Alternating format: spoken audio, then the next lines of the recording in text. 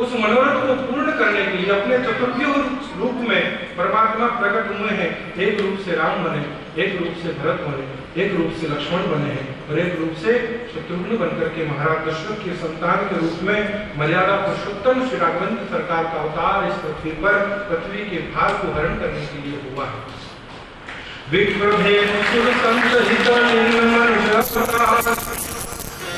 तो निज इच्छा नियमित तनु माया गुण गोपाल, जिन्होंने ब्राह्मणों के लिए, देवताओं के लिए, गौ के लिए और संतों के हित करने के लिए जो है अपने चतुर्भुज रूप में अवतार लेकर के महाराज दशरथ के पुत्र होना स्वीकार किया।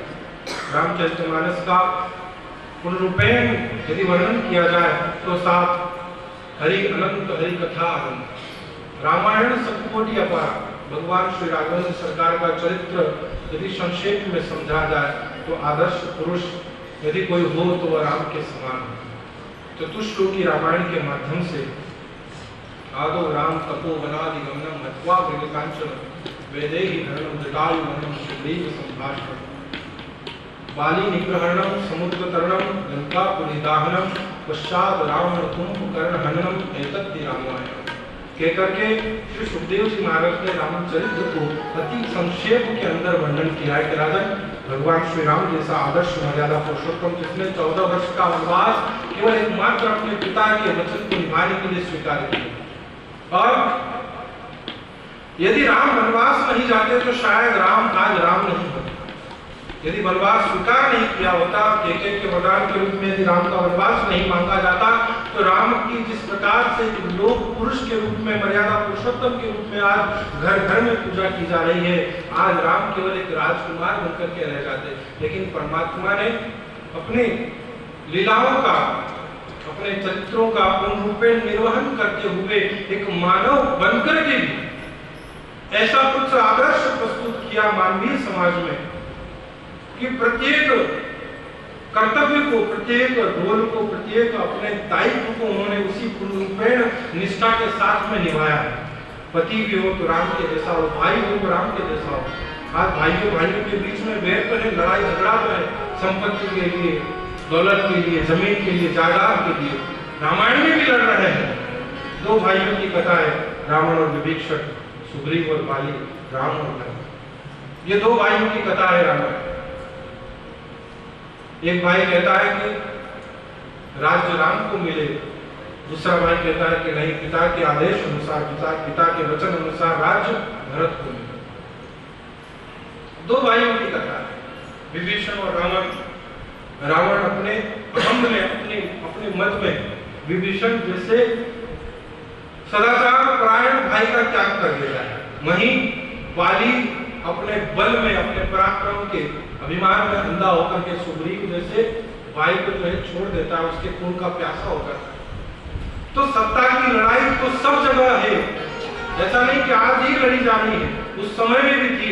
लेकिन लड़ाई यदि लड़ना हो तो राम और भरत की तरह हो कि नहीं साहब, भाई साहब, नीति मर्यादा कहती है कि बड़े भाई को राज्य मिलना चाहिए, और बड़े भाई कहते हैं कि नहीं साहब, पिता के वचन आदेश अनुसार छोटे भाई को राज्य मिलना चाहिए। ऐसे परम मर्यादा पुरुषोत्तम हुए हैं राघवेंद्र सरकार, जिन्होंने भगवती जानकी जैसी सती स्त्री का केवल एक लोक लाज के कारण, एक लोक व्यवहार, लोक मर्यादा में, लोक हानि में आकर के उसका त्याग कर दिया। साहब, राम का चरित्र बड़ा उदार रहा है। वो व्यक्ति जीवन भर अकेला रहा, जीवन भर एकाकी जीवन जिया है, केवल अपनी मर्यादा का निर्वहन करने के लिए। तो संतों ने, महात्माओं ने कहा है कि राम ने जो किया है और कृष्ण ने जो कहा, इसे जीवन में यदि आत्मसात कर लिया तो जीवन का पूर्ण रूपेण बेड़ा पार है। तो ऐसी यह भगवान श्री राघवेंद्र सरकार की अनोखी महिमा रही है, जिनके वंश में आगे चल करके आखिरी जो इनके राजा हुए हैं, उन सभी राजाओं के द्वारा भगवान की उस स्थापित की हुई मर्यादा का निर्वहन किया गया, उसका पालन किया गया, और सुमति नामक अंतिम सूर्यवंश के राजा हुए। और उसके पश्चात महाराज जनक का वंश हुआ, नेमि वंश, और इस निमि वंश में ही क्या विजयराज के वंश के साथ ही चंद्रवंश का वर्णन मिलता है। चंद्रवंश में महाराज चंद्रमा के ही बुध के पुरुरवा के आयु के नहुष के ययाति, और ययाति एक ऐसे राजा हुए जिनके बारे में मैंने पूर्व में महात्म्य में वर्णन किया था चतुर्युगीन कथाओं के अंदर कि एक पुत्र वह थे जिन्होंने अपने पिता को मुक्ति दी, अर्थात प्रहलाद। सतयुग के अंदर जिन्होंने अपने पिता को भगवान से प्रार्थना करके मुक्त करवाया, तो वह एक पुत्र था जिसने अपने पिता को मुक्ति दी। दूसरा युग था त्रेता, जिसमें अपने पिता को भक्ति दी, श्रवण जैसा पुत्र। उसके पश्चात द्वापर युग, जिसके अंदर महाराज ययाति जिन्होंने संसार की विषय वासनाओं को भोगने के लिए अपने पुत्र की आयु मांगी, तो पुत्र ने अपने पिता को शक्ति दी। एक ने भक्ति दी, एक ने मुक्ति दी, और एक महाराज ययाति के पुत्र शयाति ने इन्हें शक्ति देकर के अपनी युवा अवस्था देकर के और इनका बुढ़ापा, इनका वृद्धत्व स्वयं स्वीकार किया। लेकिन अंत में आकर के महात्माओं के द्वारा जब बोध करवाया गया, ज्ञान करवाया गया कि महाराज यह संसार तो असार है, क्षणभंगुर है, और इसके जितने भी सुख है, ऐश्वर्य है, साधन है, यह सभी साधन जब तक है तब तक शरीर है। शरीर के नाश होने के पश्चात यह सभी साधन व्यर्थ है। तो इसलिए जितना ज्यादा समय संसार में जाएगा उतना ही ज्यादा इस जीवात्मा का हानि होगी, इस जीवात्मा का जो है नुकसान ही होगा। इसलिए महाराज आप भगवान का भजन करते हुए, परमात्मा का ध्यान करते हुए अपने जीवन को, अपनी आयु को सफल करें। तो ऐसे महाराज ययाति, महाराज ययाति के वंश में आगे चल करके रंतिदेव महाराज हुए हैं, जिन्होंने 49 दिन तक भूखे रह करके प्रजा के कल्याण के लिए अपना सर्वस्व समर्पण कर दिया, सब कुछ दान कर दिया। और उसके बाद 50वें दिन जाकर के जब भोजन मिला, उस भोजन को अपनी पत्नी, अपने पुत्र और अपने पुत्र समेत जब पाने के लिए बैठे, तो उस समय एक चांडाल अपने 2 पुत्रों को, श्वान को लेकर के उपस्थित होता है। महाराज मैं 4 दिन से भूखा हूँ, कुछ भी नहीं खाया। महाराज रंतिदेव ने अपनी पत्तल उस चांडाल को दे दी, पूरा पा गया। उसके बाद भी जब ललचाई निगाहों से देखने लगा, तो महाराज ने भी अपनी पत्तल सौंप दी, फिर पुत्र ने भी अपनी पत्तल दे दी, और आखिरी में पुत्र ने भी अपनी पत्तल सौंप करके जब अपना जो मिला हुआ अन्न था वह समस्त अन्न भोजन उस चांडाल को दे दिया, दान कर दिया। ऐसी भक्ति देखकर के परमात्मा स्वयं देव वहां प्रकट होकर के भगवान इनका ऐसा परम त्याग देख करके भगवान ब्रह्मा, विष्णु, महेश तीनों प्रकट होकर के आपसे वरदान मांगने के लिए कहते हैं। वरदान में आपने क्या मांगा? कोई राज, धन, वैभव, सत्ता नहीं, केवल इतनी ही याचना करी कि प्रभु कलयुग के अंदर अगर इस प्रकार से आपने परीक्षा है भक्तों की, तो आपकी भक्ति करना लोग छोड़ देंगे, आपका नाम लेना भूल जाएंगे। ऐसी कठोर कठिनतम परीक्षा कलयुग के प्राणियों की मत लेना। और जितने भी दुख, जितने भी परीक्षाएं, जितने भी कष्ट, जितने भी संताप कलयुग के मानवों के जीवन में आपने लिखे, उनके भाग्य में वह सभी कष्ट जो है आप मुझे दे दो, मैं उन्हें स्वीकार करने के लिए तैयार हूँ। ऐसे महाराज परमदार रंतिदेव सूर्यवंश के अंदर हुए हैं। तो ऐसे इन्हीं महाराज रंतिदेव के वंश में आगे चलकर के ऋषिवंश का वर्णन, अनु, विदर्भ इत्यादि वंश का वर्णन, और विदर्भ वंश के अंदर ही यदु, मधु और वार्ष्णेय 3 वंश हुए हैं, जिसमें यादव वंश के अंदर भगवान श्री कृष्ण का अवतार होता है। कहा जाता है कि विदर्भ के वार्ष्णेय वंश में ही उत्पन्न होने वाली बारहवीं पीढ़ी में जाकर के वसुदेव का प्रादुर्भाव हुआ। और महाराज वसुदेव जिनकी 13 पत्नियां हुई हैं, इन 13 पत्नियों की अलग अलग संतानें हुई, जिसमें देवकी का विवाह सबसे लास्ट में इनका हुआ है, जो कंस की बहन हुई। और महाराज उग्रसेन की कन्या के रूप में आप विख्यात हुई। विवाह के उपरांत वसुदेव देवकी को विदा करने के लिए, घर छोड़ने के लिए जब स्वयं कंस अपने रथ पर सवार होकर के उस रथ की बागडोर अपने हाथ में लेकर के जा रहा था, तो रास्ते में आकाशवाणी हुई, और आकाशवाणी के माध्यम से इसे सतर्क किया गया कि एक कंस, जिस बहन को इतने प्यार से, इतने दुलार से, इतने स्नेह से तू ले जा रहा है, विदा करने के लिए उसे घर छोड़ने जा रहा है, उसी बहन की 8वीं संतान तेरा काल होगी। तो साहब जैसे ये बात सुनी, अब तो कंस का माथा झनका और इसने तुरंत आनंद खान में तलवार निकाल करके जो है देवकी को मारना था। अरे कुल कलंकनी कुल घातनी, मेरी बहन होकर के मुझे ही मारने वाली संतान को जन्म देगी, मैं तुझे अभी मृत्यु के घाट उतार देता हूं। इसके आतंक से वसुदेव जी परिचित थे कि कंस के समान कोई श्रेष्ठ मल्ल योद्धा पहलवान है, इसके बराबर का पहलवान उस समय त्रेता में वो कोई था नहीं। सर्वश्रेष्ठ मल्ल है यह, अखाड़े का प्रवीण योद्धा, और इसके सामने अगर दो चार हाथ करने की कोशिश की गई तो एक मुक्के में अपने को चित्त कर दे। बुद्धि यस्य बलम तस्य कहा है नीतिकारों ने कि बुद्धि बल से ज्यादा श्रेष्ठ है। यहाँ बल से नहीं बुद्धि से काम लेना पड़ेगा। और तुरंत वसुदेव जी ने उस समय कंस की जय जयकार करना प्रारंभ कर दिया। अरे महाराज कंस की जय हो, जय हो, जय हो, महाराज कंस की जय हो। अब तो कंस हड़बड़ा गया, हाथ ढीला हो गया, कह रहे मैं एक और इसकी पत्नी को मारने जा रहा हूं, तलवार हाथ में है, और यह रोकने की बजाय प्रतिकार करने की बजाय मेरी जय जयकार कर रहा है। जैसे ही हाथ थोड़ा शिथिल हुआ, ढीला हुआ, वसुदेव जी समझ गए कि बस अपना जो वाक बाण जो था उतर गए, अपनी युक्ति काम कर गई। कहने लगे अरे महाराज मारो मारो मारो मारो मारो, निपटा दो, काम खत्म कर दो देवकी का। ऐसे वंश को समाप्त करने वाली ऐसी कुल कलंकनी स्त्री को तो मर जाना ही अच्छा है, उसे मार डालना ही सही है। कंस कहने लगा वसुदेव जी आपकी पत्नी है, ऐसा क्या कह रहे हो? वसुदेव जी ने कहा अरे तो तेरी भी ये 12 और है घर में, एक मर भी गई तो कुछ फर्क नहीं पड़ेगा। अरे कंस ने कहा महाराज किसी बात कर रहे हो, न विवाहित पत्नी अभी अभी लेकर के घर भी नहीं पहुंची है, और आपके द्वारा ऐसे वचन शोभा नहीं देते। नहीं महाराज आप तो मार डालो, लेकिन महाराज एक बात का दुख है, एक बात की गमी है। क्यों? क्या कि देखो आप जैसा सर्वश्रेष्ठ योद्धा, आप जैसा सर्वश्रेष्ठ मर्द, इतनी ख्याति इतनी कीर्ति पूरे संसार में फैल रही है, लेकिन यदि एक कलंक का टीका आपके माथे लग गया तो सोचो कितनी बदनामी होगी। कौन सा कलंक का टीका? लोग कहेंगे कि देखो कंस इतना ताकतवर था, इतना बलवान था, लेकिन फिर भी एक स्त्री से डर करके एक स्त्री के ऊपर हाथ उठा दिया, एक स्त्री का वध कर दिया, एक स्त्री को मार डाला। महाराज मुझे चिंता है तो केवल इस बात की कि आपकी महिमा में, आपकी ख्याति में, आपकी कीर्ति में ये कलंक लग जाएगा। और तो कंस ने कहा कि हाँ बात तो सही है, लोग बदनामी करेंगे मेरी।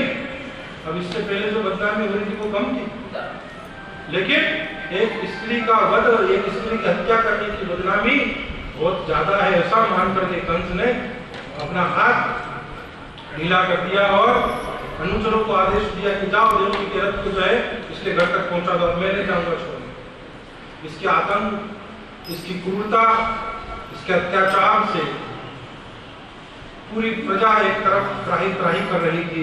पृथ्वी जहां अपने ऊपर होने वाले अधर्म के भार से दबी जाने लगी, ऐसी स्थिति में जाकर के इंद्र आदि समस्त देवताओं को साथ लेकर के गौ रूपा पृथ्वी ब्रह्मा जी के पास पहुंची। ब्रह्मा जी के पास जाकर के ब्रह्मा जी से अपने परित्राण का उपाय पूछने के लिए निवेदन करने लगी। ब्रह्मा जी ने कहा कि सर्वसमर्थ परमात्मा स्वयं वैकुंठनाथ ही इस मुसीबत से अब तुम्हें उबार सकते हैं, तो चलो उन्हीं के पास चला जाए। और भगवान शिव ने कहा अरे साहब हरि व्यापक सर्वत्र समान प्रेम के प्रकट होए में जाना। मैंने तो सुना है परमात्मा सभी जगह सब व्याप्त है, केवल प्रेम से उसका जहाँ स्मरण किया जाए, जहाँ उसे याद किया जाए, वही परमात्मा प्रकट हो जाते हैं। प्रेम यदि है तो परमात्मा को उसी जगह उसी क्षण प्रकट किया जा सकता है। ऐसी बात कहकर के साधु साधु कहीं ब्रह्म बखाना ब्रह्मा जी ने बड़ी अनुमोदना की है और परमात्मा का स्तवन किया गया, परमात्मा से प्रार्थना की गई। करुण निवेदन करके भगवान श्री वैकुंठनाथ नारायण प्रकट होकर के दर्शन देते हैं और कहा कि जिस कष्ट से तुम सभी दबे जा रहे हो, असुरों का आतंक जहाँ पृथ्वी पर फैल रहा है, तो पृथ्वी के भार का हरण करने के लिए यदा यदा हि धर्मस्य ग्लानिर्भवति भारत अभ्युत्थानं अधर्मस्य तदात्मानं सृजाम्यहं परित्राणाय साधूनां विनाशाय च दुष्कृतां धर्म संस्थापनार्थाय संभवामि। युगे युगे के रूप में मैं अवतरित होता रहा हूँ और इस बार भी मैं वसुदेव और देवकी के अंश से अवतरित होकर के तुम सभी को सुख दूंगा, लेकिन उससे पूर्व मेरे आगमन से पहले तुम सभी तैयारियों में लग जाओ, जुट जाओ अपने अपने अंश से अवतरित होकर के वृंदावन में, कोई गोकुल में, कोई मथुरा में, कोई जो है पृथ्वी के समस्त भूभाग में, क्षेत्रों में जाकर के अवतरित होकर के अपने अंश से प्रकट हो जाओ। भगवान का आदेश पाकर के ये सभी देवता अपने अपने अंश से अवतरित होकर के पृथ्वी पर आ जाते हैं भगवान के स्वागत के लिए, भगवान की सेवा के लिए। कोई वृक्ष बना, कोई लता बने हैं, कोई वृंदावन की बल्लियां बने हैं, कोई वृंदावन की बाग बने हैं, कोई धेनु बने हैं।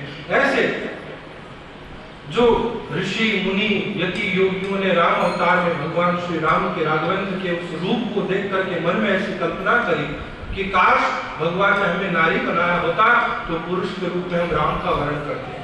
भगवान ने उनकी भावनाओं को स्वीकार करके उन सभी ऋषि मुनियों को, महात्माओं को, संतों को गोपी बना करके वृंदावन में जो है अवतरित किया है, उन्हें जन्म दिया है।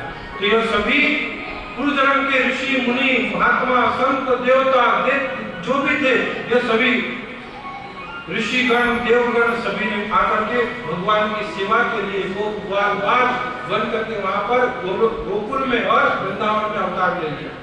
सब तैयारियां हो गई और इधर वसुदेव जी अपने वादे के अनुसार प्रथम संतान हुई लेकर के पहुंचे कंस के पास। महाराज यह पहली संतान, कंस ने बालक की सुकुमार अवस्था को देख करके मन में विचार किया कि ऐसा शैशव अवस्था, इतने कोमल कोमल अंगों को लिए हुए ये बालक, इसे मारने का मन भरा कैसे होगा? कोई निष्ठुर ही होगा, कोई पत्थर हृदय ही होगा जो ऐसा काम करे।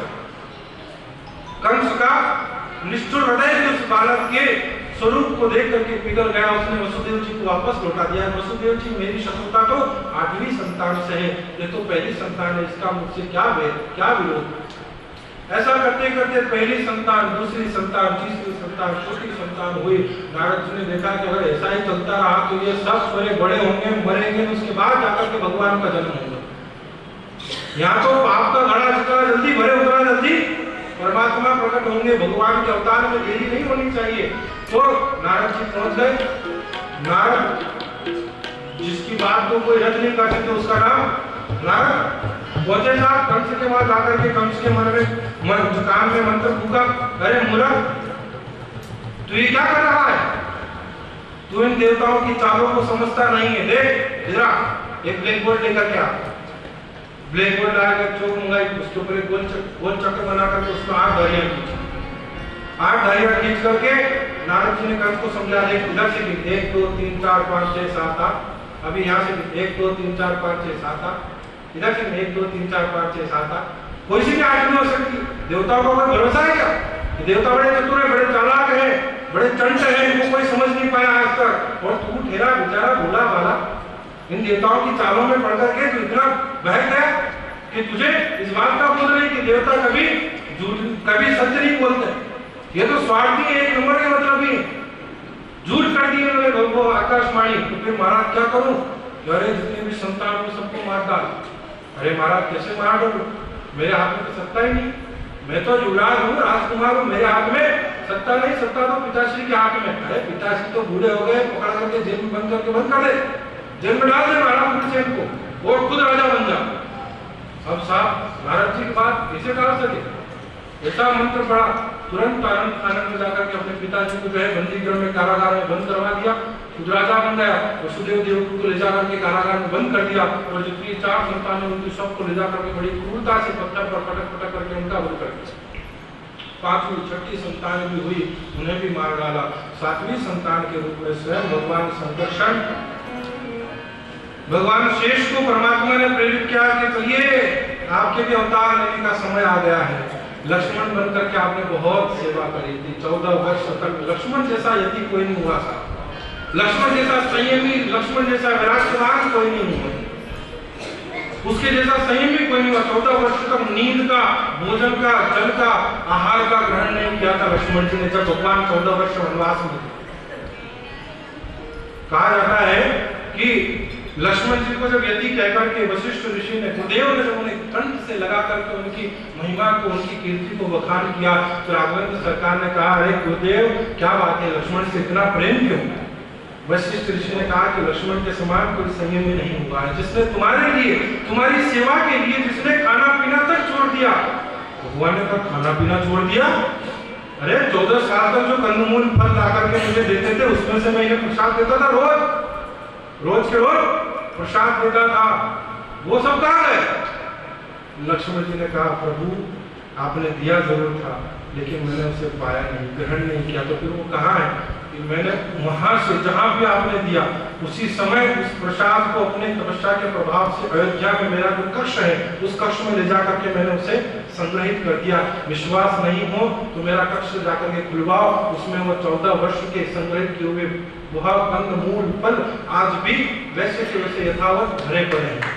जाकर के खोला गया कक्ष, 14 वर्ष में 3 दिन के फल कम मिले, 3 दिन के फल कम मिले। भगवान ने कहा 3 दिन क्या तुमने चोरी करी, खाने क्या चुपचाप चुपके चुपके? लक्ष्मण जी ने कहा प्रभु खाया नहीं है, आप भूल रहे हैं, आप भूल रहे हैं। मैं खाता वही था जो आप प्रसाद में देते, आप जो प्रसाद देते वही मैं लेकर के उसे यहाँ पर संग्रहित कर दिया करता था। 3 दिन आपने प्रसाद दी ही नहीं तो संग्रह हुआ नहीं। कौन से 3 दिन? एक दिवस वो था जिस दिन वनवास के समय पिताश्री की मृत्यु का समाचार आपको मिला। उस दिन पूरे दिन आप रोते रहे और आपने पिताजी के वियोग में कुछ भी ग्रहण नहीं किया, आपने अन्न जल नहीं लिया, तो भला मुझे कैसे दे? दूसरा दिन वो था जब माँ जानकी का हरण हुआ। माँ जानकी का हरण हुआ तो जानकी के वियोग में आपने उस दिन भी कुछ नहीं पाया, आप पूरे दिन भूखे रहे, उस दिन भी आपने कुछ नहीं पाया। और प्रभु तीसरा दिन वो था जिस दिन मुझे मेघनाथ की वह शक्ति लगी थी और मैं मूर्छित हो गया था। आप विलाप करते रहे, रुदन करते रहे सारा दिन मेरे वियोग में, मुझे उठाने के लिए, मुझे जिलाने के लिए आंसू बहाते रहे। उस दिन भी आपने कुछ ग्रहण नहीं किया। तो प्रभु 3 दिन आपने ग्रहण नहीं किया और आपने ग्रहण नहीं किया तो मुझे प्रसाद भी नहीं मिला, इसलिए वो 3 दिन के कंदमूल फल यहाँ पर नहीं है। बाकी तो 14 वर्ष का हिसाब बनाना चाहिए। तो लक्ष्मण की तरह कोई सेवा में अग्रणी अगर कोई हुआ है तो केवल लक्ष्मण जी ही हो सकते हैं, बाकी अन्यथा कोई उनकी बराबरी नहीं कर सकता। भगवान ने कहा कि लक्ष्मण तुम्हारी सेवा का बदला मैं अगले जन्म में जरूर चुकाऊंगा। अब साहब स्वामी अगर सेवक की सेवा करे तो वहां पर दोष होगा, उसकी स्वामी बने में, उसके स्वामित्व में कहीं कोई दोष आ जाएगा, कहीं अपराध हो जाएगा। इसलिए भगवान ने कहा कि शेष जी इस बार आप बड़े बन करके जाए, मैं छोटा बन करके जाऊंगा और आपकी सेवा करूंगा। जो पूर्व जन्म में लक्ष्मण बन करके जितना सब कुछ प्यार, मत को वात्सल्य आपने मुझे दिया था, वह सभी सेवा भाव के द्वारा आज मैं आपका पूर्ण होकर के, आपका सेवक बनकर के, आपका छोटा भाई बनकर के आऊंगा। तब भगवान संकर्षण शेष भगवान से पूर्व 7वीं संतान के रूप में मां देवकी के गर्भ में आकर के प्रतिस्थापित हुए। लेकिन वरदान जो था वह 8वीं संतान का था। अब 7वीं संतान के रूप में जब भगवान शेष स्वयं गर्भ में आए तो गर्भस्थ भगवान शेष को वहां से प्रतिस्थापित करते हुए, स्थानांतरित करते हुए भगवान ने अपनी योग माया को आदेश दिया कि आप शेष जी को जो है मां देवकी के गर्भ से निकाल करके वसुदेव जी की दूसरी पत्नी जो गोकुल में बाबा नंद के यहाँ पर रह रही है, कंस के अत्याचार से, आतंक से बचने के लिए, अपनी रक्षा के लिए, तो वहां रोहिणी के गर्भ में ले जाकर के इन्हें स्थानांतरित कर दो। तो एक गर्भ से ले जाकर के दूसरे गर्भ में स्थानांतरित किया गया, इसलिए यह संकर्षण भी कहलाता है। तदनंतर जब कंस को सूचना मिली कि साहब 7वां तो गर्भ जो था वह गर्भपात हो गया, इसने कहा कि वाह साहब चलो अच्छा ही हुआ, एक पाप से जो है अपन बचे, एक पाप कम हुआ। अब साहब 8वीं संतान के रूप में जैसे ही भगवान ब्रह्मादि देवताओं से स्तुत्य होने के उपरांत गर्भ में आने के लिए तैयार हुए, भगवान ने प्रकट होकर के वसुदेव देवकी को दर्शन देकर के आपके पूर्व जन्म की कथा को, वृत्तांत को श्रवण करवाया कि आपने पूर्व जन्म में तपस्या करके मुझे पुत्र रूप में प्राप्त करने की कामना की, उसी तपस्या के फलस्वरूप मैंने तुम्हें स्वयं को तुम्हारा पुत्र होने का वरदान दिया था और उस वरदान को सत्य करने के लिए आज मैं तुम्हारी संतान बनकर के जन्म ले रहा हूँ। लेकिन मेरे प्रति मोह मत करना, मेरे प्रति आसक्ति मत दिखाना, क्योंकि समय उपयुक्त नहीं है। मेरी बाल्यावस्था, मेरा बाल्यकाल मैं आपके साथ व्यतीत नहीं कर सकूंगा, इसलिए आप तुरंत जैसे ही मेरा प्रादुर्भाव हो मुझे लेकर के यहाँ से गोकुल के अंदर बाबा नंद ने यहाँ पर मुझे छोड़ा और वहां उनकी जो कन्या है उस कन्या को लेकर के आप मथुरा लौटा। भगवान ने सब बात समझा दी, सब कुछ कह दिया और भगवान के वाक्यों को सुनकर के भगवान के वचनों को श्रवण कर वसुदेव देव की स्वयं को प्रधान अद्भुत महसूस करते हैं। समय के साथ ही वह रोहिणी नक्षत्र भाद्रव कृष्ण पक्ष की वह अष्टमी का दिन मध्य रात्रि का समय अब साथ देवताओं का भगवान के अवतार के समय आना भी जरूरी है। अपनी उपस्थिति भगवान की जनवंदना करनी भी जरूरी है। लेकिन अगर ढोल लगा के बजाया जाए तो कंस को पता चल जाएगा कि कोई कुछ न कुछ घटना घट चुकी है, प्रारूप बदल दिया गया, बादलों की गड़गड़ाहट होने लगी। वर्षा के साथ में ही बादलों की गड़गड़ाहट के साथ बिजलियां चमक रही है, बारिश हो रही है और ऐसे रात्रि के बिल्कुल मध्य रात्रि के समय आधी रात्रि में भगवान कारागार में प्रकट हुए।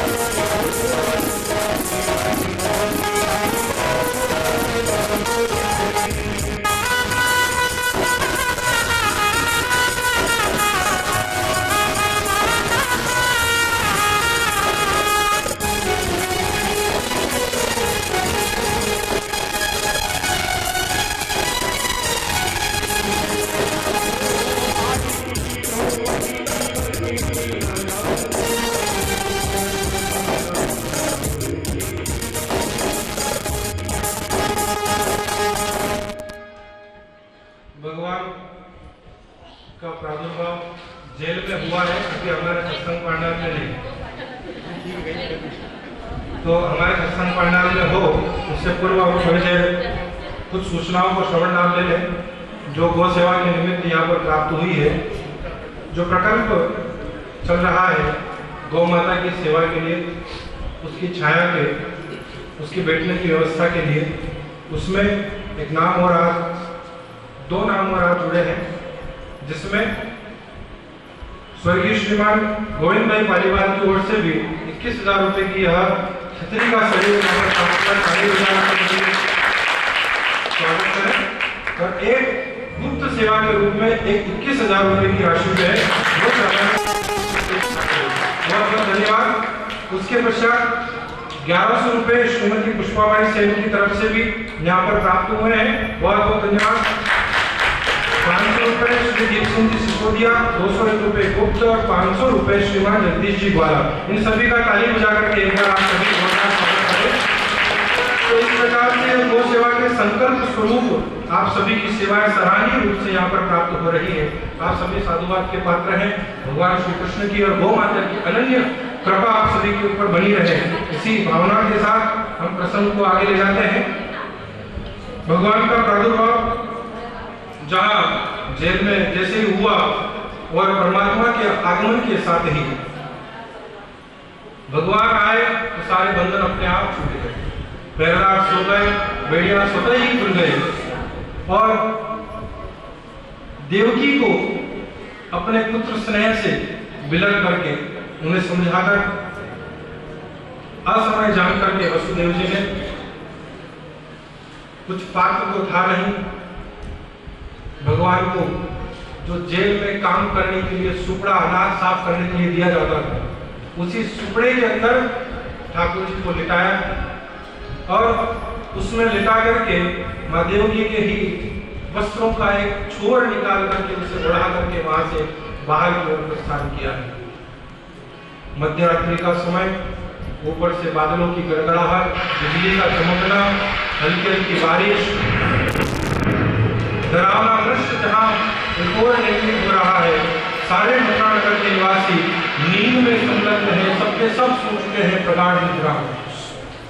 ऐसी स्थिति में भगवान श्याम सुंदर को अपने सुपड़े के अंदर सिर पर रख करके वसुदेव जी नगर के मुख्य मार्गों से होते हुए गोकुल की ओर जाने वाले मार्ग में पहुंचे।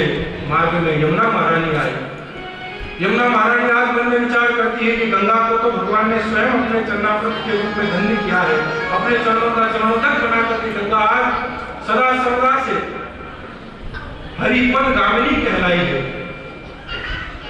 तो मुझे आज सौभाग्य मिला है, श्याम सुंदर स्वयं चल करके मेरे द्वार पर आए हैं, मेरे पास आए हैं, तो आज मैं भी उनके चरणों का प्रक्षालन करके स्वयं को धन्य करूं। जैसे ही यमुना जल में प्रवेश किया, वसुदेव जी आगे आगे बढ़ने लगे। भगवान संकर्षण शेष आज स्वयं पहली प्रथम सेवा के रूप में स्वयं को उपस्थित करते हुए भगवान के ऊपर छाया करते हुए पीछे पीछे पीछे पीछे चलने लगे।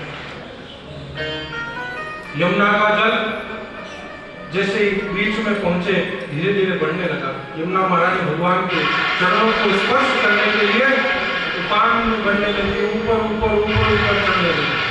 अब साहब एक तो बेचारा उठाने वाला डोकरा और डोकरे के सर पर टोकरा और टोकरे में फिर छोकरा और उसके पीछे पीछे चलने वाले वो भगवान शेष। अब अगर ये बात पता चल जाए कि पीछे हाथ वो चाली लोग, तो टोकरों ने डोकरों ने छोकरों थी नहीं, लेकिन अपनी सेवाओं को देते हुए भगवान शेष पीछे पीछे चल रहे हैं।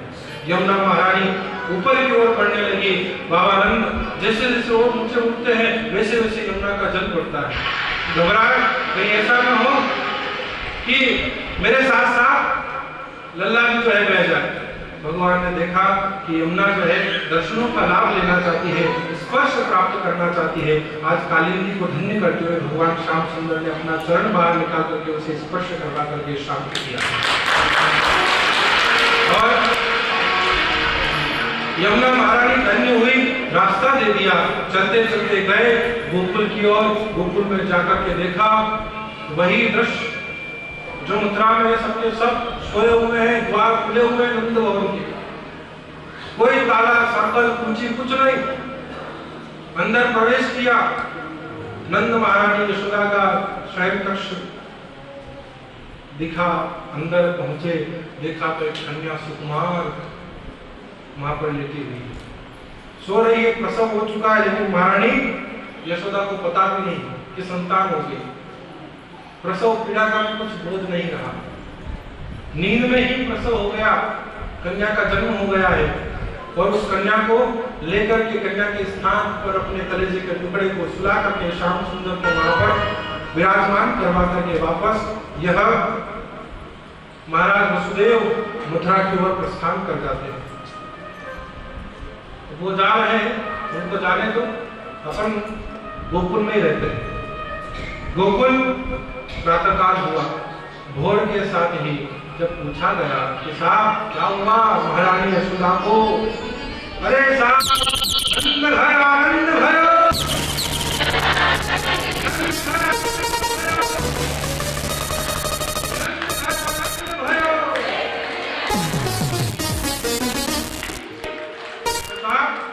सूचना मिल गई पूरे गोकुल के अंदर, धूम मच गई। अरे बाबा नंद के छोड़ा हुआ है, छोड़ा हुआ है, डाला हुआ है, छोड़ा हुआ है, डाला हुआ है।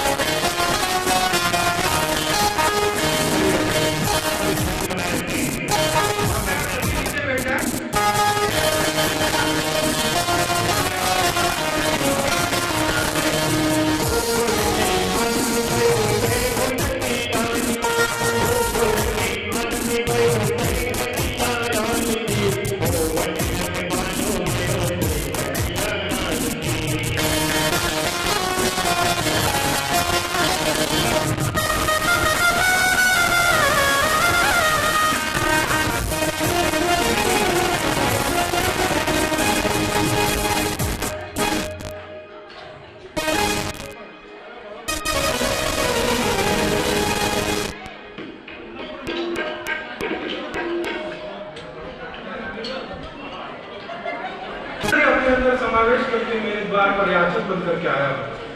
बड़ी प्रसन्नता हुई है बलि को, और देने के लिए उनके स्वरूप को देख करके तुरंत अपनी यज्ञ वेदी से उठ करके पहुंचा। शरण प्रक्षालन करके उन्हें आसन ग्रहण करवाया। सिंहासन आरूढ़ करवाने के पश्चात हाथ जोड़ करके महाराज बलि निवेदन करते हैं कि ब्राह्मण कुमार बोलिए आप क्या चाहते हैं। शुक्राचार्य ने एक तरफ बुला के, अरे बलि जरा जरा गुरु जी आके, तू जानता है कौन है? ये वही है जिसने आज तक तुम दैत्यों को जो है ठगा है। आज तक तुम असुरों का राज्य स्वर्ग में नहीं होने दिया। जिसने आज तक देवताओं का साथ दिया है, देवताओं का ही पक्ष लिया है, ये वही वैकुंठ निवास करने वाला वही नारायण है। अरे क्या बात कर रहे हो गुरु जी, ये वही है जगदीश, दुनिया का सबसे बड़ा एक नंबर का ठगोरा आज तुझे ठगने के लिए आया है। गुरु जी धन्यवाद है मेरे, जो आज भगवान स्वयं त्रिलोकीनाथ मेरे यहाँ आकर के याचक बनकर जो दुनिया को देता है, वो आज स्वयं हाथ मिला करके मेरे यहाँ पर मांगने के लिए खड़ा है। इससे बढ़कर के मेरे यज्ञ की सफलता और क्या होगी। शुक्राचार्य जी ने कहा बावला हो गया है, पागल हो गया है, देने की गलती भी मत कर लेना, लौटा दे इसको, भेज दे वापस यहाँ से, कुछ मत दे, मोटी कोड़ी मत देना इसको आगे, ये ठगने आया तुझे ठग लेगा, भेज दे इसे वापस। बलि ने कहा गुरु जी कैसी बात करते हो, कैसी बात करते हो आप, जहां एक और गुरु का दर्जा गोविंद से भी बढ़कर के माना गया है। क्यों? क्योंकि गुरु ही गोविंद तक ले जाते हैं। आज जब गोविंद स्वयं चल करके मेरे द्वार आए तो गुरु जी कह रहे कि मना कर दे, लौटा दे वापस, भला ऐसा कैसे हो सकता है। मैं मना नहीं कर सकता, मैंने दान देने का संकल्प किया है तो मैं अपने संकल्प से वापस मुकर नहीं सकता हूं। शुक्राचार्य जी ने कहा तेरी राज लक्ष्मी सब चला जाएगा, कल जाए तो आज जाए, कल जाए तो आज जाए, लेकिन ऐसा सौभाग्य, ऐसा परम संयोग सुअवसर भला और किसी को इस सृष्टि के अंदर नहीं मिला होगा जो आज मुझे मिला है, जिसके आगे भगवान हाथ फैला रहा है। साहब उससे बढ़कर के भाग्यशाली और दूसरा कौन होगा। शुक्राचार्य ने कहा देख गुरु की बात नहीं मानेगा, अवहेलना करेगा तो उसका दोष तुझे लगेगा, उसका पाप का भागी तुझे बनना पड़ेगा, नरक मिलेगा तुझे। बलि ने कहा महाराज नरक मिले तो मिले, लेकिन आज परमात्मा को अपने द्वार से खाली हाथ नहीं जाने दूंगा। अब साहब शुक्राचार्य ने कहा कि यह तो हो गया बिल्कुल पागल दीवाना हो चुका है, इसको अपन समझाएंगे समझ में आएगी नहीं। बलि पहुंचे, भगवान वामन के सामने जाकर के निवेदन किया ब्राह्मण कुमार आप क्या याचना करना चाहते हैं, आप किस भाव को पूरा करने के लिए, आप कौन सी मनोकामना पूरी करने के लिए मेरे पास आए। भगवान वामन ने कहानी बताई, कहा कि बलि और कुछ नहीं, ज्यादा कुछ भी नहीं चाहिए, केवल मात्र 3 पग भूमि, 3 कदम भूमि मुझे चाहिए, इससे ज्यादा मुझे आवश्यकता नहीं। बलि ने कहा अरे महाराज आप जितने छोटे हो आपकी बुद्धि भी उतनी ही छोटी है, मांगते तो कुछ बड़ा मांगते, वे तो ऊपर गांव की जागीरी मांग लेते, सोना चांदी मांग लेते, धन मांग लेते, दौलत मांग लेते, मांगा भी तो केवल 3 कदम भूमि। भगवान ने कहा राजन संतोषी सदा सुखी, जिसके जीवन में संतोष है वो सदा सर्वदा सुखी रहता है। और ये 3 कदम भी भूमि मांगने के पीछे एक बड़ा रहस्य है, एक बड़ी कहानी है। मुझे आवश्यकता केवल 3 कदम भूमि की इसलिए पड़ी कि जब मैं तुम्हारे यहाँ पर तुम्हारे इस यज्ञ की महिमा सुनी कि बलि जो है 100 अश्वमेध यज्ञ पूरे करने जा रहा है और पूरे पृथ्वी के जितने भी याचकों के सबको जी भर के दान दिया है, मुंह मांगा जो है दान मिला है, तो मैं भी तुम्हारे पास दान लेने के लिए आ रहा था। मार्ग में एक जगह जो है थकान के कारण छोटा सा हूं ना, तो थक गया चलते चलते, मेरे कदमों में मेरे पैरों में इतनी ताकत नहीं कि इतना लंबा सफर एक साथ तय कर सकूं। तो एक जगह एक किसान के खेत पर जाने के लिए मैंने वृक्ष की छाया देख करके उसके वहां नीचे विश्राम करने के लिए थोड़ी देर रुका और थोड़ी देर लेट लगा करके वहां विश्राम करने लगा, थकान मिटाने लगा। इतने ही देर में वो खेत का मालिक आकर मुझे ललकारता महाराज जमीन तुम्हारे बाप की है क्या, बिना पूछे कैसे घुस गए मेरी प्रॉपर्टी में, तो राजन मुझे उसने अपनी खेत में पेड़ के नीचे छाया में विश्राम भी नहीं करने दी। मैं कोई उसकी जमीन खाए थोड़ी में जा रहा था, मैं कोई कब्जा तो नहीं कर रहा था, मैं कोई अतिक्रमण तो नहीं कर रहा था, लेकिन उस किसान ने मेरी एक नहीं सुनी और मुझे वहां से धुतकार करके भगा दिया। तो राजन मुझे और कुछ नहीं चाहिए, केवल 3 कदम भूमि चाहिए ताकि मैं वहां पर सो सकूं। उस भूमि में जितनी कदम भूमि में मेरा सोना भी हो जाए, मेरा बैठना भी हो जाए, मेरा उठना भी हो जाए, इतनी ही कदम भूमि मुझे तुमसे दान में चाहिए, उससे अधिक नहीं। बोले कहा कि बात ठीक है, आपकी जैसी इच्छा, आप जितना चाहो उतना दे दो। वामन भगवान ने कहा कि नहीं ऐसे थोड़ी, पहले संकल्प कर कि हाँ मैं देने का वादा करता हूँ। वाह, अब संकल्प करने के लिए कमंडलू लाया गया। कमंडलू लाता तो उसमें से जैसे जल डालने के लिए कमंडलू झुकाया तो उसका जो मुंह था वो टोटी में जाकर के शुक्राचार्य जी बैठ गए। कि कमंडल से जल निकलेगा ही नहीं तो शंकर भोगा ही नहीं, शंकर भोगा ही नहीं तो दान देना ही नहीं पड़ेगा। भगवान ने कहा लगता है कमंडल में कुछ कचरा फंस गया, आपने एक आसन से तिनका निकाल करके जो जोर से धक्का दिया तो शुक्राचार्य जी की एक आंख टूट गई। अब साहब ऐसी स्थिति हो गई कि सत्कर्म से सत्कार्य से रुकने के कारण गुरु जी को भी दंड सजा भुगतनी पड़ी। और बलि ने हाथ में जल लेकर के जैसे ही संकल्प करके कहा कि मैं जो है वामन ब्रह्मचारी को 3 कदम भूमि दान देने का संकल्प करके जो है छोड़ता हूँ, जैसे ही संकल्प छोड़ा और जल की जलांतरी जैसे पृथ्वी पर गिरी, भगवान ने अपना शरीर बढ़ाया और शरीर बढ़ाते बढ़ाते बढ़ाते बढ़ाते वामन से विराट हो गए। और ये वामन देखते ही देखते पहले कदम में पूरी पृथ्वी नाप ली, दूसरे कदम में पूरा ब्रह्मांड नाप लिया, अब तीसरा कदम रखने के लिए जगह ही तीसरा कदम रखने के लिए जगह ही नहीं बची। जब भगवान का चरण कमल ब्रह्मलोक में पहुंचा, ब्रह्मा जी ने झट अपने कमंडल में जो है वही जल जो संरक्षित था, जो भगवान कृष्ण और राधा का द्रवभूत स्वरूप जो भक्तमाल में कथा आई थी, श्रवण करी होगी जिन्होंने, उनको ध्यान है, उसी जल से उस द्रव्य से जो है चरण प्रक्षालन किए और भगवान का चरणामृत अपने कमंडल में जो है संजो करके रखा। बलि बागत प्रभु बाढ़े सोतनु बरने में जाए और उभय धरी महदिनी सात प्रदीक्ष निधाय। उस समय ये जामवंत जी, ये सतयुग के हैं योद्धा, ब्रह्मा जी की ही मानस संतान है, ब्रह्मा जी की जम्भाई से इनका जो है प्रादुर्भाव हुआ था, इसलिए जामवंत कहलाए। उन जामवंत जी महाराज ने दौड़ करके भगवान के साथ प्रदक्षिणा कर दी, इतने पराक्रम कि भगवान विराट की 7 प्रदक्षिणाएं परिक्रमा दौड़ करके उस समय केवल 2 घड़ियों में इन्होंने पूरी कर ली। और भगवान ने जब तीसरा कदम रखने के लिए बलि से कहा, ले बड़ा दानी बन रहा था महाराज, और ज्यादा मांग लो, और ज्यादा मांग रहे हैं तो 3 कदम में तेरा सब निपटारा हो गया, बता तीसरा कदम कहाँ रखूं, 2 कदम में तू कंगाल हो गया, अब तीसरा कदम कहाँ रखूं।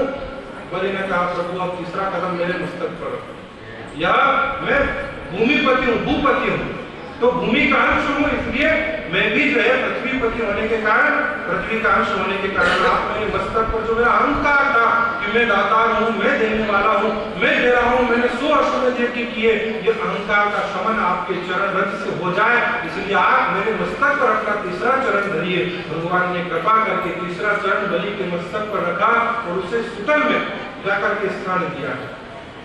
तो स्वर्ग चाहने की, स्वर्ग की कामना से किए जाने वाले उस अश्वमेध यज्ञ को भगवान ने बलि को सुतल लोक का राज देकर के पूर्ण किया। और जब भगवान प्रसन्न हुए तो कहा कि अरे बलि वरदान मांग, वरदान मांग। बलि ने कहा भगवान अब क्या मांगू, आपके पास जो कुछ भी है वो सब मेरा दिया हुआ, जब पूरा ब्रह्मांड मैंने आपको 3 कदम भूमि में दान दिया है, अब आपको दान में दी हुई वस्तु वापस मैं आपसे मांगू तो फिर वो वरदान किस काम है। भगवान बलि की वात्सल्यता पर प्रसन्न होकर के कहने लगे कि वाह बलि, तेरे यहाँ पर जो 52 द्वार है सुतल लोक के अंदर, इस नगरी के 52 द्वारों पर मैं स्वयं जो है तेरी पहरेदारी करने के लिए खड़ा रहूं। अब साहब भगवान बन गए, परमात्मा बांधने गए थे लेकिन स्वयं बंध गए, ठगने गए थे स्वयं ठगा गए और बलि के यहाँ पर चौकीदारी करने लगे। और इधर वैकुंठ में बैठी बैठी लक्ष्मी जी चाहे श्रीमन नारायण नारायण कर रही, भगवान का इंतजार कर रही, भगवान अब आए, भगवान अब आए, भगवान अब आए, लेकिन कोई अते पते नहीं, कोई टेलीफोन नहीं, कोई मैसेज व्हाट्सएप कुछ नहीं, कहीं से कहीं तक कोई सूचना नहीं। नारद जी ने आकर के एक दिन देखा कि माँ भगवती जो है बड़ी उदास है, बड़ी खिन्न मन है, पूछा कि आप इतनी उदास क्यों। अरे मेरे वो पतिदेव गए थे कहीं किसी काम से बलि के वहां पर यज्ञ में, अभी तक कोई लौटने का नामो निशान नहीं, कोई अते पते नहीं, कोई खोज खबर नहीं, चिट्ठी पत्री तार कुछ भी नहीं, बहुत दिन हो गए। नारद जी ने कहा बस हो गए तो हो गए, वो आपको आने की भी नहीं। क्यों? क्योंकि वो तो नौकर बन गए, चपरासी है वहां पर, चौकीदारी कर रहे हैं, हाथ में जो है दंड लेकर के। अरे ऐसा कैसे, त्रिलोकी का मालिक चौकीदार बनकर देख रहा है, हाँ कहा तो बलि के रहा। तो फिर आपको मुक्ति का उपाय तो भगवान आप जैसे कोई संत महात्मा महापुरुष ही बता सकते। संसार की जितनी उलझनों का, समस्या का समाधान है तो वो केवल संतों के महात्माओं के चरणों में है।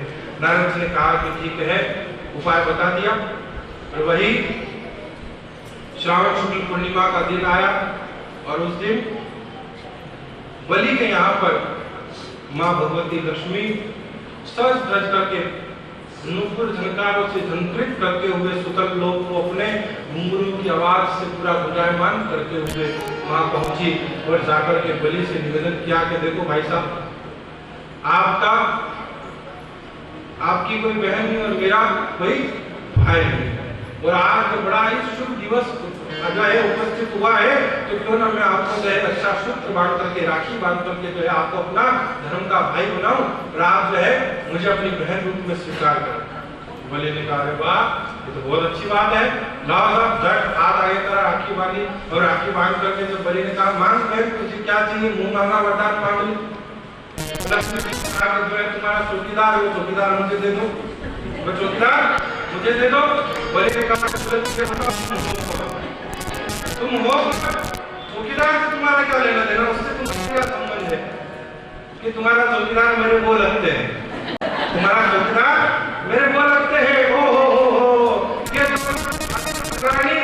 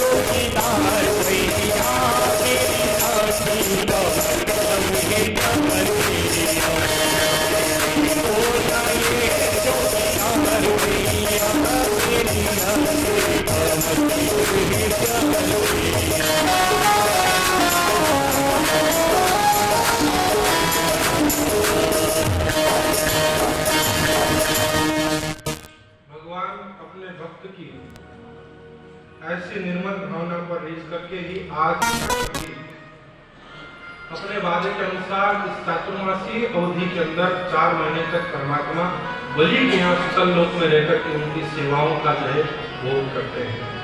तो ऐसी विलक्षण, अनोखी और अप्रतिम भक्ति रही है बलि की, कि जिसने स्वर्ग का राज तो नहीं पाया, लेकिन परमात्मा को प्राप्त करके परमात्मा की भक्ति को द्वारा जो है जीवन में प्रभु को प्रसन्न करने का काम किया। ऐसे ही भगवान की भक्ति से ओतप्रोत यह भागवत के अंदर 3 वंशों का उदाहरण मिलता है, सूर्यवंश, चंद्रवंश और एक महाराज निमि का जनक वंश। इन तीनों वंशों में ज्ञानी, प्रेमी और सूरमा हुए हैं। ज्ञानियों का वंश रहा है महाराज जनक का, महाराज निमि का वंश, जिसमें जितने भी हुए सब परम ज्ञानी, परम विजय, संसार के परम तत्वज्ञ हुए। और सूर्यवंश यह शूरवीरों का वंश रहा है, सूरमाओं का वंश रहा है। सूर्यवंशी जितने भी क्षत्रिय हुए परम प्रताप हुए, परम प्रतापवान, परम बलवान हुए। और ऐसा वर्णन आता है कि यह चंद्रवंश यह प्रेमियों का वंश रहा है। भागवत कहती है कि संसार में विख्यात, संसार में प्रसिद्ध, इतिहास में इन्हीं का नाम उजागर हुआ है उन्हीं का नाम स्वर्णिम अक्षरों में युक्त हुआ है, जिन्होंने प्रेम से, जिन्होंने ज्ञान से और जिन्होंने अपने शौर्य से संसार को अपनी शक्तियों के द्वारा, अपने ज्ञान के द्वारा, अपने प्रेम के द्वारा लोक कल्याण के कार्य करते हुए जिन्होंने अपना जीवन व्यतीत किया। और जो स्वार्थ पूर्ति के लिए ही, जो केवल अपनी उदर पूर्ति के लिए ही, जो केवल अपना ही स्वार्थ साधने के लिए जीवित रहे, उनके तो नामो निशान भी आज के संसार में कोई नहीं और नहीं है। विश्वास तो आप देख लो कि भले बुरे पुत्र होते हैं, बिगड़ जाते हैं वंश। विरोचन के भली भय और उग्रसेन के कंस।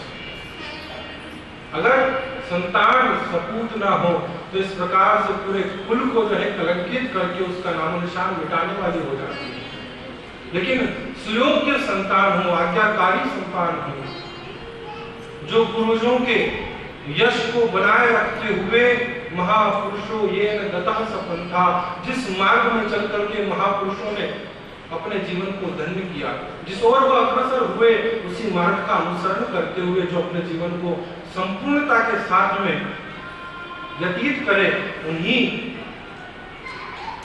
मनुष्यों का, उन्हीं प्रेमियों का, उन्हीं जीवात्माओं का इतिहास संसार में बन पाया है। वर्णन मिलता है कि सूर्य की संतति होने के कारण ही यह मनु वैवस्वत नाम से, विवस्वान नाम से प्रख्यात हुए। 71 चतुर्युगों के पश्चात एक मनु का कार्यकाल पूरा होता है। सतयुग, त्रेता, द्वापर और कलयुग, ये 71 बार पूरे हो जाए, 71 बार यह इनका चक्र पूरा हो, उसके पश्चात एक मनु का जो है कार्यकाल पूरा होता है। अभी जो मनु का कार्यकाल चल रहा है वो वैवस्वत मनु का कार्यकाल है। संकल्प के अंदर यह कहा जाता है वैवस्वत मनवंतरे। तो विवस्वान जो सूर्य के पुत्र हुए हैं, उन्हीं के वंश में चलकर इक्ष्वाकु आदि बड़े प्रतापी राजा हुए। और ऐसे एक मनवंतर के साथ साथ 14 मनुओं का काल जो पूरा हो, 71 चतुर्युग का एक मनवंतर और 14 मनुओं का काल जब पूरा हो तो 14 मनवंतर के काल का पूरा होने के साथ ही ब्रह्मा जी का कार्यकाल समाप्त होता है। 14 मनु जब बदले तब जाकर के एक ब्रह्मा जी बदलते हैं, एक ब्रह्मा जी का कार्यकाल पूर्ण होता है। तो इस प्रकार से समस्त सृष्टि का क्रम वापस उनके साथ में ही पूरा होने के बाद पुनः प्रारंभ होता है। तो ऐसे ही वैवस्वत मनु के वंश में जो सूर्यवंश कहलाया है, जो सूर्यमाओं का वंश रहा है, इक्ष्वाकु आदि बड़े प्रतापी राजा हुए। सुद्युम्न नाम के जो इला के रूप में भगवान शिव के मां भगवती के द्वारा परिरक्षित वन प्रदेश में प्रवेश करने के फलस्वरूप जो लड़का था वह लड़की के रूप में परिवर्तित हो गया। वह रक्षित प्रदेश था कि वह केवल भगवान शिव और मां भवानी ही उसमें निवास करे। भगवान शिव के अतिरिक्त यदि कोई पुरुष उस वन में प्रवेश करे तो वह स्त्री बन जाए। तो वह जो सुद्युम्न थे वह इला बन गया। इला का विवाह चंद्रमा के साथ हुआ, चंद्रमा के लड़के हुए बुद्ध और वहां से फिर उनके ययाति इत्यादि राजा हुए, वहां से चंद्रवंश का जो है प्रारंभ हुआ। लेकिन बात चल रही है सूर्यवंश की। तो सूर्यवंश के अंदर ही महाराज नाभाग के अम्बरीश हुए हैं, जिनके बारे में आप हम सभी जानते हैं कि जिनकी भक्ति ऐसी थी कि जिन्होंने राजपाट का त्याग करके उसकी ओर से पूरा अपना मन उपराम करके केवल भगवान की सेवा में, ठाकुर जी के चरणों में ही अपना समय व्यतीत किया करते थे। प्रातःकालीन दैनिक दिनचर्या से निवृत्त होने के उपरांत जब ठाकुर जी की सेवा में लगते तो रात्रि कालीन तक भगवान के शयन करवाने की सेवा भी आप स्वयं पति पत्नी दोनों ही करते। ऐसी स्थिति में आपके राज्य के कार्य के संचालन हेतु भगवान ने अपना परम पार्षद चक्र सुदर्शन आपकी सेवा में रख दिया। और एक दिन आपकी ख्याति, आपकी कीर्ति, आपकी महिमा को सुनकर दुर्वासा ऋषि का आगमन आपके नगर में हुआ। एकादशी का दिन था, एक दिन पूर्व, और एकादशी के व्रत का पालना करना है द्वादशी के दिन। त्रयोदशी लगने से पूर्व यदि पालना नहीं किया तो एकादशी के व्रत का फल नहीं मिलेगा। महात्मा आए, महात्मा को भोजन का निवेदन किया गया, आग्रह किया गया। दुर्वासा ऋषि ने कहा मैं स्नान इत्यादि क्रिया से निवृत्त होने के बाद वापस लौट करके फिर भोजन प्रसाद ग्रहण करूंगा। इधर तिथि समापन की ओर है। राजा चिंतित हुए, ऋत्विजों से पूछा। ब्राह्मणों ने कहा कि राजा यदि भगवान का तुलसी दल चरणामृत ग्रहण कर लिया जाए तो वह अन्न की श्रेणी में नहीं आता। प्रभु प्रसाद प्राप्त करके एक उसका कण मात्र भी अगर यदि ले लिया जाए तो उसे अन्न की दृष्टि में दोषमय नहीं माना गया है। आप तुलसी दल चरणामृत ही ग्रहण कर ले, आपका पालना भी हो जाएगा और आतिथ्य का जो भाव है, अतिथि सत्कार की जो भावना है उसका भी निर्वहन हो जाएगा। महाराज अम्बरीश जैसे ही तुलसी दल चरणामृत ग्रहण करते हैं और उसी समय दुर्वासा ऋषि का आगमन हो गया। देखा, बड़े क्रोधित हुए। अरे मूर्ख, मूढ़, अभिमानी, दंभ करता है, पाखंड करता है संत की सेवा करने का। संतों को बिना भोजन करवाए पहले तुमने आरोप लिया। खैर जाती तुझ जैसे पाखंडी को जो है मैं अभी अपनी कोलाग्नि से जला करके भस्म कर दूंगा। जटाओं को बिखेर करके उसमें से एक बाल निकाल करके पृथ्वी पर पटका। प्रत्या नाम की राक्षसी को पैदा किया। कहा कि जाओ जाकर के इस पाखंडी राजा को भस्म कर दो, मार डालो। लेकिन साहब जाको राकेश साइया मार सके ना कोई और बाल में बांका कर सके जो जग पे ही। जिसके रक्षक स्वयं भगवान हो, जिसके रक्षक स्वयं भगवान के परम पार्षद चक्र सुदर्शन जहां पर उपस्थित थे, देखा कृत्या को बढ़ता हुआ, तुरंत दौड़े आए और कृत्या का जय बंद कर दिया। अब साहब कृत्या का उद्गम करने वाले, कृत्या को पैदा करने वाले दुर्वासा ऋषि के पीछे पड़ गए। अम्बरीश अपराध के भगवत मुंह देखा, दौड़ पड़े दुर्वासा ऋषि प्राणों की रक्षा करने के लिए 1 वर्ष तक भागते रहे। भगवान शिव के पास गए, भगवान ने भी मना कर दिया कि साहब भक्त अपराध है, यह मेरा अपराध नहीं है, ये भगवान के वैकुंठ नारायण के भक्त का अपराध है, इसमें मैं तुम्हारी कोई मदद नहीं कर सकता। ब्रह्मा जी के पास आए तो ब्रह्मा जी ने देख करके किवाड़ दरवाजे बंद कर दिए।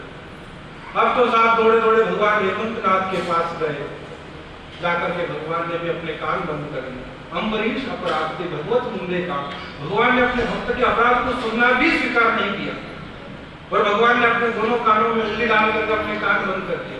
अब तो साहब दुर्वासा की जो स्थिति थी वह इंद्रपुत्र जयंत की समान हो गई कि वह गया तो भगवान के बल की थाह पाने के लिए और मां जानकी के चरणों में अपनी चोट से एक प्रहार किया।